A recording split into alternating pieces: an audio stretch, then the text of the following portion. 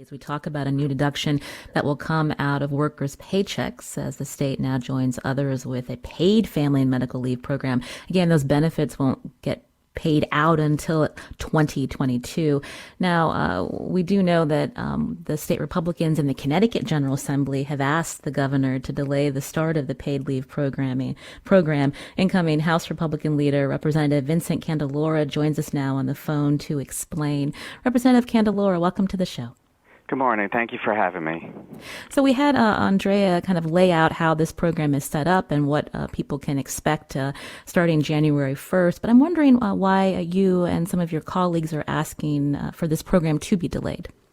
Yeah, I mean, basically, when the law was passed, I think there was no anticipation that the state of Connecticut and the nation would be in the situation that it's in, with this worldwide pandemic.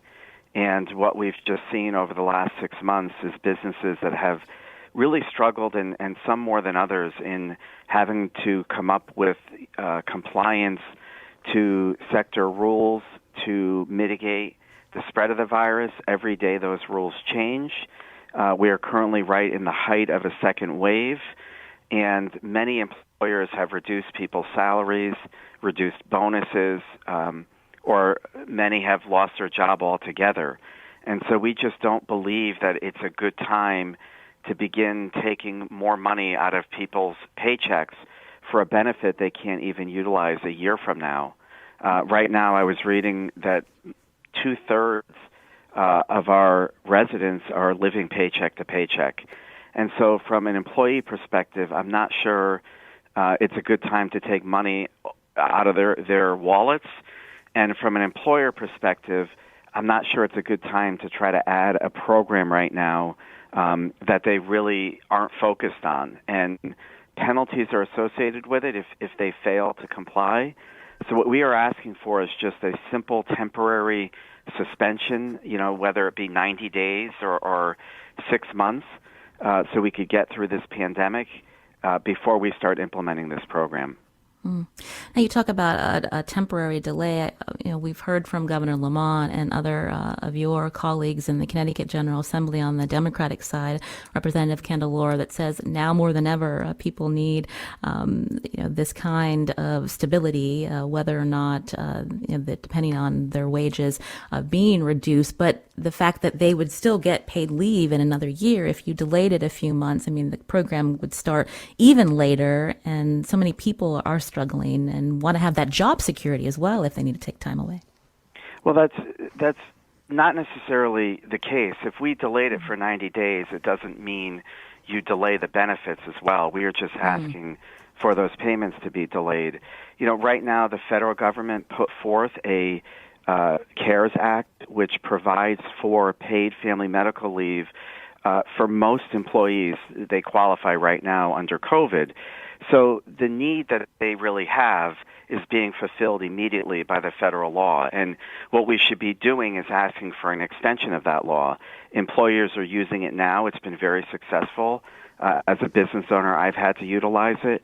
It's 100% payroll deduction.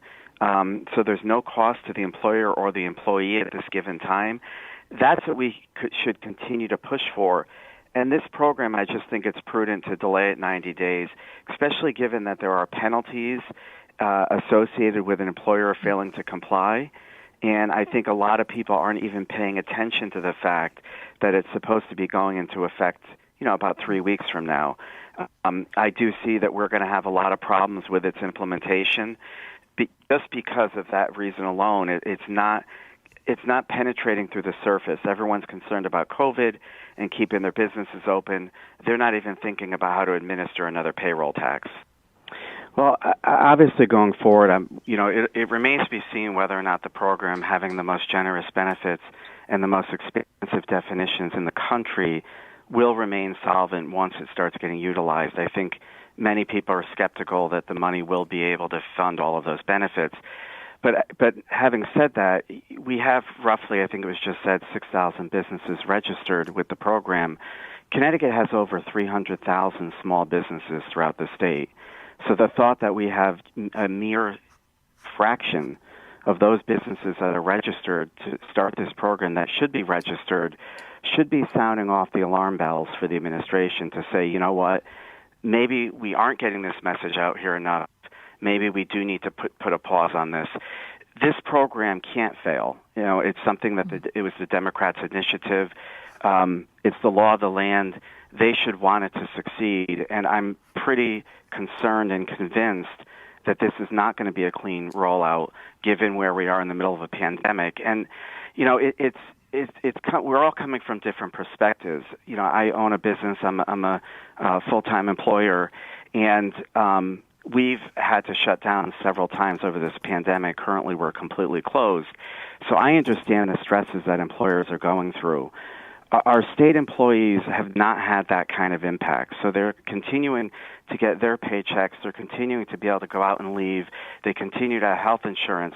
So I don't think there is an appreciation for the gravity of where our economy and our employees and employers' minds are right now. And so that's our concern. A 90-day pause, could have roughly $30 or $40 million impact to the program, but it's not going to destroy the program. It's merely just going to delay it. Before I let you go, Representative Candelora, again, Governor Lamont, House Speaker Matt Ritter have said they don't want to see this delayed. So how will your caucus bring this up in the regular session?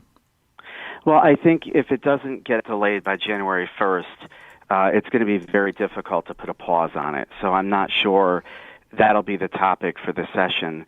The topic may then become, keeping a close eye on it to make sure that it remains solvent, so that it is a workable benefit for the employees, because nothing could be worse than taking money out of employee pockets and then a year from now finding out they have a weakened benefit that they had anticipated and that they paid for.